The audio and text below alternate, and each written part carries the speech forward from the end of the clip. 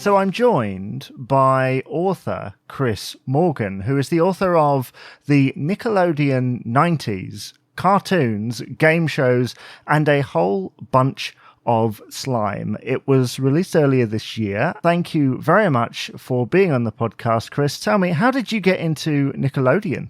Well, it was just, the nature, I guess, of the beast when I was a kid, back in the 90s when, the idea of a kid being raised by television wasn't considered so, verboten. I would be able to watch TV growing up. And so I get home from school and then, my parents still want me to watch things that were appropriate for a kid. So, Nickelodeon, we happen to have cable. So Nickelodeon is what I watched and I gravitated towards that. And so it just feel like, and it was, before streaming and everything. So just be like, all right, I'll put Nickelodeon on when I get home from school or in the summer, and I'll just have it on because, there's only so many channels and there's not streaming options. It's like, if you want to watch a movie, you're watching some old VHS. And so it just became ingrained to my childhood. I took to watching television. I love television still now, obviously. I just wrote a book about it, so that's probably not surprising, but I just love watching TV, and Nickelodeon has had the shows that the shows I loved, also the shows that were just on, because I'm sure a lot of people grew up in the 90s remember just watching things because they were on TV, not because you necessarily liked them, but because you watched them because they were there. How Long Climbs a Mountain because it's there. You'd watch, My Brother and Me on Nickelodeon because it was on at that time. There must be some, and I read the synopsis for your book, and you say the good stuff, the bad stuff, the kind of weird things that went out there, and you make reference there to just watching what was on. Was there anything that was particularly popular that in hindsight is just not as good as it could be? Well, I've, never been the biggest fan of Ren and Stimpy, for example, which is, one of the, the first Nicktoons and very popular show at the time, partially for kids because it was, a little more risque, so to speak. And just going back watching that and it really is just sort of if you if you like something being gross, yeah, you can enjoy it. But it was really, there wasn't, I guess there was some absurdity to it I can appreciate, but it just really does not hold up as well necessarily. And there's also something about watching the old game shows, which is less about the quality, but it's just strange as an adult to go back and say, watch a Legends in a Hidden Temple or something like that, and you're watching it and you're just oh, I'm watching some 11-year-old try and solve something that seems super understandable to me now as an adult. It just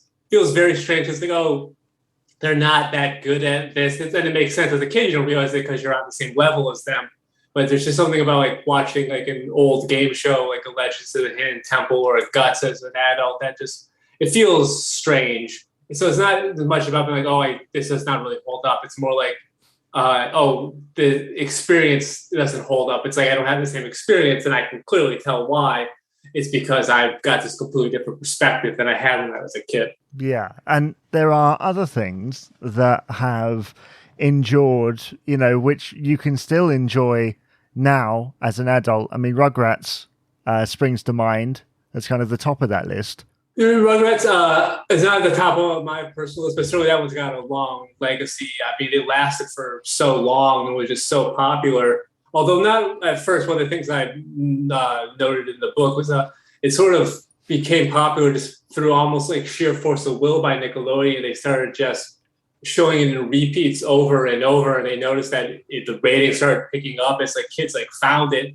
And that was and then it became a staple that lasted for super long. They made movies out of it. They did They're All Grown Up, and they recently brought it back for Paramount Plus here in the United States, a new version with a different kind of animation, even stranger than the classic Klasky Chupo animation used in the original. But definitely some of the shows hold up.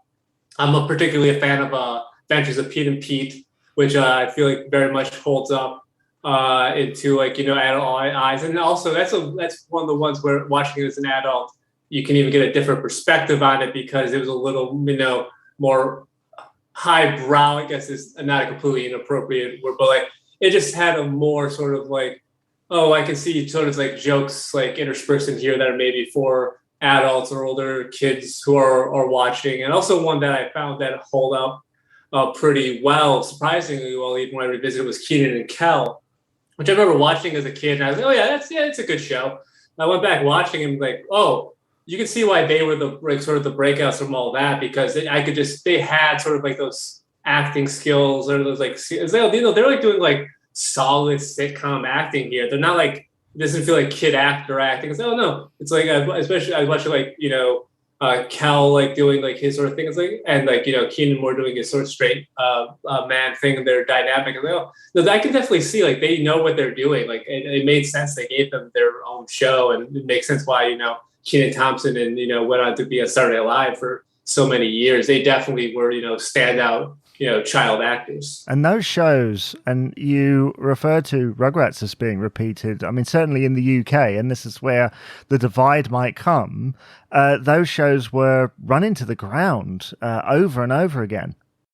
Yeah, that's you can definitely, we get some of that, maybe a little bit less of that here. But they definitely were big on reruns. They were not, one of the things they did not like doing was having series finales, because what they like to do is be able to just show a show on repeat, and they didn't want that note of like finality. So like shows didn't really get, and they were never announced, well, not never announced, but a lot of times like you would like find out a show was ending, because they would just be like, well, we just want to keep showing episodes and keep, doing new episodes and keep like, doing the repeats. And so there's a lot of sort of like a sense of like a perpetual sort of like motion machine that sort of like eternal like sort of return with the way they would do their programming, for sure. Maybe, slightly less, because did you guys have a Stickly over in the United Kingdom? I want to say no, but I'm sure a listener will tell me otherwise. Okay, because in our summers here in the United States, and just in case, and for anybody who's listening who remembers it or don't, because they didn't have it, basically the summers they would do this block of programming in the afternoons that was hosted by Stickly, who was this little popsicle stick puppet. They put a couple googly eyes on him, a little nose on him, and it was just like a poorly done sort of puppet with like a falsetto voice. And he basically hosted the afternoon viewing. He would introduce shows, and he'd introduce like episodes, and they would like do little games with him. There's like a thing called like Dipstick, where like somebody would be like, oh, I want to have like, Stickly dipped into like a mix of like guacamole and grape jelly, and they'd like do a whole production where like they put like a blindfold on this little puppet and put him in, like dip him into like the mixture, the concoction, and he was supposed to guess what it was or what have you. And just like this was, that was like sort of like, that was my summers as like, during that period in the 90s are like defined by, Stickly, and as like, a host on Nickelodeon, basically like, he was the like primary sort of like host figure on Nickelodeon really for a few years there, at least here in the United States in the summer. And so that's, something that hopefully some people will remember. But there's a chapter in the book dedicated to the Nick in the Afternoon block at Stickly. So for those people, you can get a little Stickly. And if you don't know Stickly, then you'll learn something from the book, I guess. Yeah, I guess so. I mean, on the subject of the book, what research did you do on the subject? Because obviously you had your own memories, but in order to write something of that type, you do need to go a little bit further. What did you do? Definitely. Well, I had to revisit basically every show covered in the book, including some shows that I, didn't remember, or in case some cases shows I didn't even really watch when I was a kid. I happened to miss them because of like my age or what have you. So I had not seen this. There's a show called Skate TV, which is basically this like skateboarding docu series sort of thing that was on in the early 90s. Actually, one of the hosts was a young Matthew Lillard. It was like Matthew Lillard's first gig was one of the hosts of the Skate TV show. So I went back, watched all the shows, and then I just had to read articles. I had to read about the history of the network and read about production of different shows. There's there's some information about that sort of stuff there on the internet, or like, and So just like reading, making sure I had like some research about like shows and like their production, and learning about some of the facts that went into them, and like, checking out production credits on the shows using like, an IMDb or what have you. Just making sure I was familiar with the shows and the people responsible for the shows, and some of sort of the network history stuff that goes back to the late 70s and the very early days of cable, where this basically started like as this thing basically called Pinwheel, that sort of like eventually years into the 80s became what became Nickelodeon, which then sort of like became the Nickelodeon we came to know in the 90s. So there was like a good like progression of basically a decade before the wheels really started spinning and started to get there. I looked some of this up beforehand, and that is the case. It's an interesting thing, but you see, I remember Nickelodeon as this satellite channel in the UK in the 90s, just this thing that played this original programming, but there were also a lot of stuff bought from other things. I mean, we were talking beforehand, before the interview, about Nick at Night, which was kind of like a rerun section. Is there a piece in the book about that?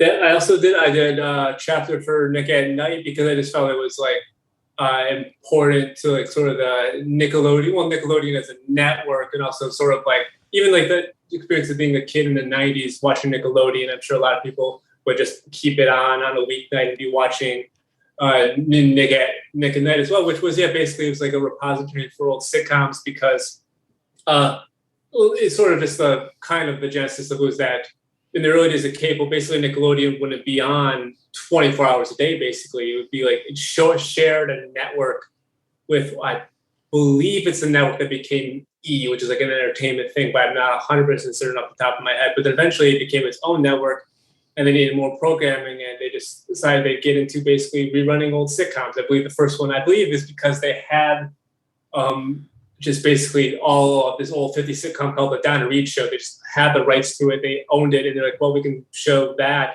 And it's like, then they started, getting more old sitcoms. So a lot of like shows that were classic shows before my time, I was introduced to watching them in the 90s on Nickelodeon. Like, I Love Lucy was like a staple, and like Bewitched was a staple, and some other shows that maybe aren't so much like classic sitcoms, like an F Troop or I think maybe they showed the Patty Duke Show a little bit. But like, so yeah, Mr. Ed was on there. But yeah, so that was like the Nickelodeon experience. Like during the day, you get home from school, you'd watch, the shows for kids, but then at night, it'd be like, family friendly. They'd always be like family friendly sitcoms, of course, because it'd still be like, now like parents can watch shows from their youth with their kids. And that was like a big part of the Nickelodeon experience. So it was definitely, I dedicated a chapter to that. And I also dedicated a chapter to Nick Jr., the like early morning or the morning, like early afternoon programming for like smaller children, basically preschool children who weren't going to school. Like there was like, Eureka's Castle or Legos Windows. That was like quasi-educational. And so that those shows only they're, sort of put off into their own singular chapter. And then like all the Nickelodeon shows proper, so to speak, all get their own chapter. And then like, those other blocks are given a chapter as well. So it sounds pretty extensive, but do you cover Nickelodeon in any of the other countries other than the United States, or is it United States focused? It's definitely focused on what, this sort of experience was in the United States in terms of like what was airing here. And I'm sure some of the shows, were aired elsewhere, but that's definitely, just based on my personal experience and sort of like the information I had. Like it's not as much like, at least not from what I was able to find, information that, so I guess United States and Canada, because a lot of, at least here, early programming on Nickelodeon was from Canada, basically. Like they were like taking shows from Canada, like you can't do that on television. Or I believe that the sort of Teen Soap 15 was like a Nickelodeon co-production with a Canadian network.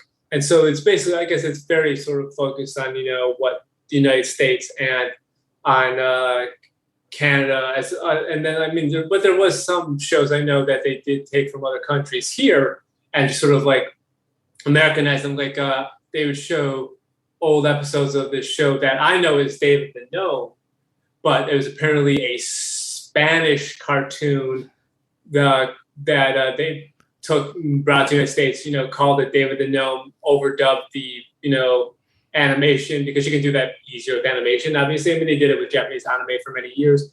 And so it is definitely more United States focused, but hopefully people elsewhere will at least have enough of, if you, I mean, you can look at the table of contents for the book to see the sort of shows that are covered. So if you're like worried, like, oh, it's not going to cover the things I know, you can sort of like check that out and see what shows are covered. I believe there's like roughly 50 shows covered, maybe a little under 50 shows covered, plus the other chapters. And hopefully, will be enough of a trip down memory lane / informative sort of read. And maybe you can find out about some shows that you didn't watch, because there's certainly, like I said, some stuff that I hadn't really seen before I, checked them out for the book that was, interesting to me. Not necessarily many of the, well, actually, there's a couple of them that were actually good shows that I hadn't really seen. Like there's this old game show, Think Fast, which I think actually, this is not necessarily a common opinion, I think maybe the best of the Nickelodeon game shows is Think Fast, which I wasn't even really familiar with until I researched it for the book. And now I think it definitely, it could be, it's in the running. It's, people may say Guts or Legends in the Temple, but I say don't sleep on Think Fast. You're talking old Nickelodeon game shows. I love it when you go back and look at something and you go, oh, actually, that's better than perhaps people give it credit for. The only reason I ask you the previous question is because in this country, we had Nick Jr. in the morning, and then in the afternoon, it was Children's BBC on Nickelodeon, where they had the Children's BBC guys come into Nickelodeon and play out some of their shows, and then went into standard Nickelodeon in the evening. And I just wondered whether there was anything like that. Did you have like NBC on Nickelodeon or anything of that nature? To the best of my recollection, it was just Nickelodeon all through the day. It would be Nick Jr., and then it would be, Nickelodeon, and then at night it'd be Nick at Night, and then maybe even in the very early, in the very early mornings, they would sometimes do this. They'd air things as part of what was called like Cable in the Classroom, which is basically like informative programming, educational programming. But the premise of that was that they wanted basically teachers to basically record this stuff they were showing at like 4, 5, 6 in the morning when nobody's up watching TV, and they don't care about ratings. But all right, teachers, record this while it's on. We can air it without like ads or whatever, because it's, educational programming, and we're doing it under this premise called Cable in the Classroom, like this, government supported thing. And then you can tape this, and then you can show it in like classrooms. But beyond that, I mean, like we had also like, I don't know if they would have that. There was a show called Nick News with Linda Ellerby we had here, which is basically an educational like news program for kids that won Emmys here.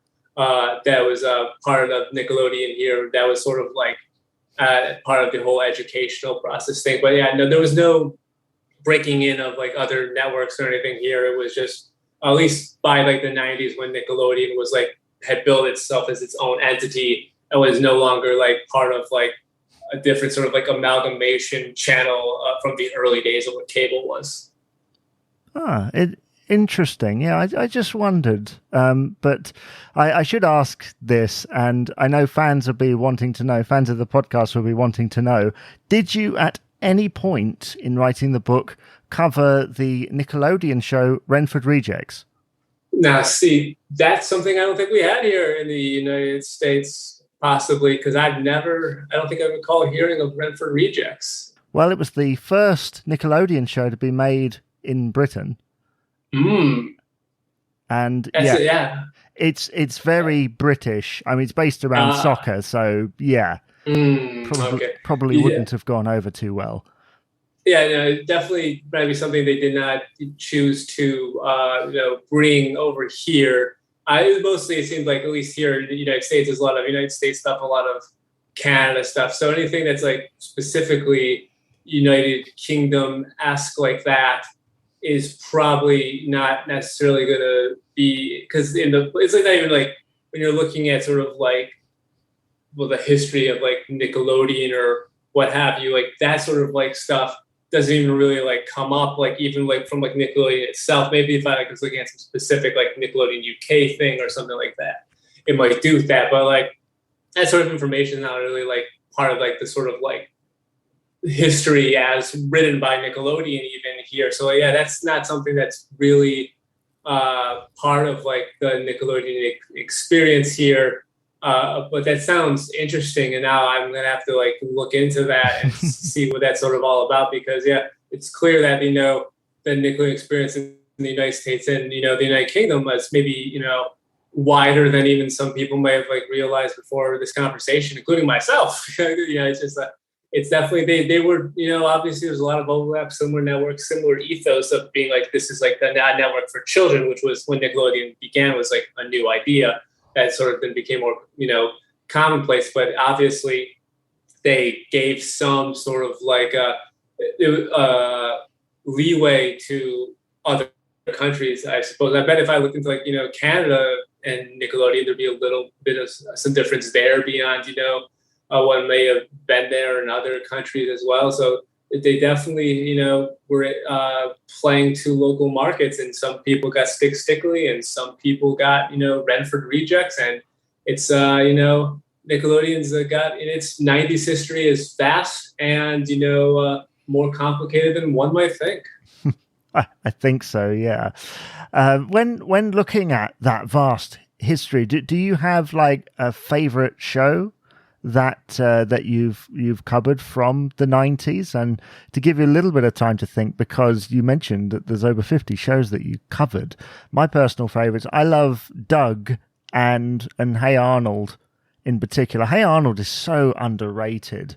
People often remember the introduction, the opening titles, but the show itself was so groundbreaking, and at times could be wittier than more adult animation counterparts. And obviously at least one of the guys from memory went on to create Recess. Yeah. Hey Arnold is one. I will say that when I revisited, it was a little, I had a positive sort of response to it than I remember I watched Hey Arnold. It was like a solid sort of show. It was good. It was like, like a favorite of mine growing up or whatever. But when I revisited it, say, this is like a bit sharper and like, better than I remember it being. But in terms of like my favorites, my favorite of the various Nickelodeon cartoons would be Rocko's Modern Life. That was the one when I was a kid, it was my favorite. And now I still probably would call it my favorite. It's, it was that I found when there was like fun and like this like really sort of like it sort of went in the gross out route like Ren and Stimpy occasionally, but maybe didn't go as far there. It was maybe a little more clever about it. Like there was like cleverness mixed in with sort of like the gross out stuff they would do, and it had like a really absurd like sort of vibe to it. I really enjoyed as a kid, and definitely my favorite Nickelodeon show, which has been my favorite for many years, and it's like always top of mind is The Adventures of Pete and Pete. Adventures of Pete and Pete is just such a good show. I still feel that way now. I bought the first 2 seasons on DVD back in the day when they came out on DVD to revisit them. I wish the 3rd season would come out on DVD. It never did. But I was out there. I went the day it came out. I bought that 2nd season on DVD because I just couldn't wait to get my hands on it after watching that first one. It's just such a smart show. It's a show that like even without like any sort of nostalgia or any sort of like fond memory, like just like watching it as an adult, I feel like I could watch as an adult for the first time, be like, oh, this is just like a really good show. It's about kids. It's about like a suburban world or whatever. But it's just so like well crafted, beautifully shot, good acting, funny, great soundtrack. Like, it can be heartwarming at times. It's just, I think it's just like the pinnacle of like what Nickelodeon has ever done in like any decade was The Adventures of Pete and Pete. I think it's their, greatest, accomplishment as a network. Was The Adventures of Pete and Pete. That show is just so good. There's other fine shows, other really good shows I enjoyed rewatching, shows I loved as a kid, but Pete and Pete is just to me, just a cut above of the rest. That's definitely my favorite. And that, I think, to most people would be very surprising, because Nickelodeon, certainly here, is more well known for the animated side of things. Sort of pioneering certain forms of animated comedy and such. But I'm sure many will be going to check out the Adventures of Pete and Pete, because there's a lot of great live action stuff as well. I mean, you name check Clarissa Explains It All in the synopsis that I read, and Melissa Joan Hart sort of made a few things for Nickelodeon, didn't she? Yeah. She's definitely one of the breakout stars for Nickelodeon, in terms of people who broke out and became one of the early faces of the network, and just became a star in general. I mean, after Clarissa, she went on to star in Spirit of the Teenage Witch, which was also a very popular sitcom is here. And then maybe did not go into an adult acting career necessarily as much. Only a handful of Nickelodeon stars in the 90s did sort of move on into successful adult careers, like a Kenan Thompson or a Christine Taylor, who was on Hey Dude before she went on to further acting career. But yeah, of course, Explains It All is another one of those the good sort of live action shows. I'd probably put that second on the list behind Pete and Pete in terms of live action shows, at least. But there's other ones that were fun, maybe don't hold up quite as well as those Salute Your Shorts, or like I said, Hey Dude, or other. But yeah, I would say here, even in the United States, it is probably still also thought of primarily as a network for animation and a network for cartoons, and like you say, the Nicktoons, and were very sort of influential. And so definitely I think most people think of a Doug or a Hey Arnold or a SpongeBob SquarePants to go to the late 90s, which is probably their most successful show, and that debuted in 1999. So it did make the cut for the book. It definitely is, to many, a network for cartoons and animation. But they did do, live action, other than just, of course, the game shows, because their first two hits were, You Can't Do That on Television, which started in the 80s, and Double Dare, which also started in the 80s, which was a game show. Those are both, sort of live action, not non-scripted, but non-narrative sort of shows. So, that's really sort of they started with live action and sort of just and then, ended up doing basically every kind of show you can do, from sketch shows to cartoons to news to educational programming. Nickelodeon did it all in the 90s. That's all just in the 90s they did all that. Nice pun there at the end. They also, because it's true, they also did all that in the 90s. Mm-hmm. Yeah, well, the Nickelodeon 90s cartoons, game shows, and a whole bunch of slime by Chris Morgan is available on Amazon and all good booksellers. Thanks, Chris, for being on the podcast today. Well, thanks for having me. It was nice to find out a little more about Nickelodeon in the United Kingdom. I learned some things here that, will be interesting to maybe look into further myself, just for the sake of it. Because, I wrote the book and everything, but I still love the 90s Nickelodeon. I still love television, still interested in learning more things. So it was an interesting conversation on my end of things, too.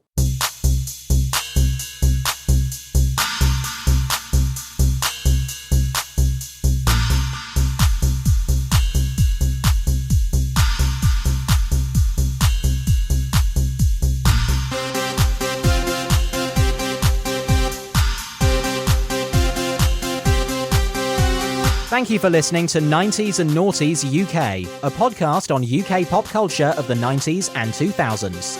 Please remember to rate, comment and subscribe on your favourite podcast provider. If you want to contact the show, email 90sandnoughties@gmail.com, tweet us on @90sandnoughties UK on Twitter, or check us out on Facebook, 90s and Noughties UK.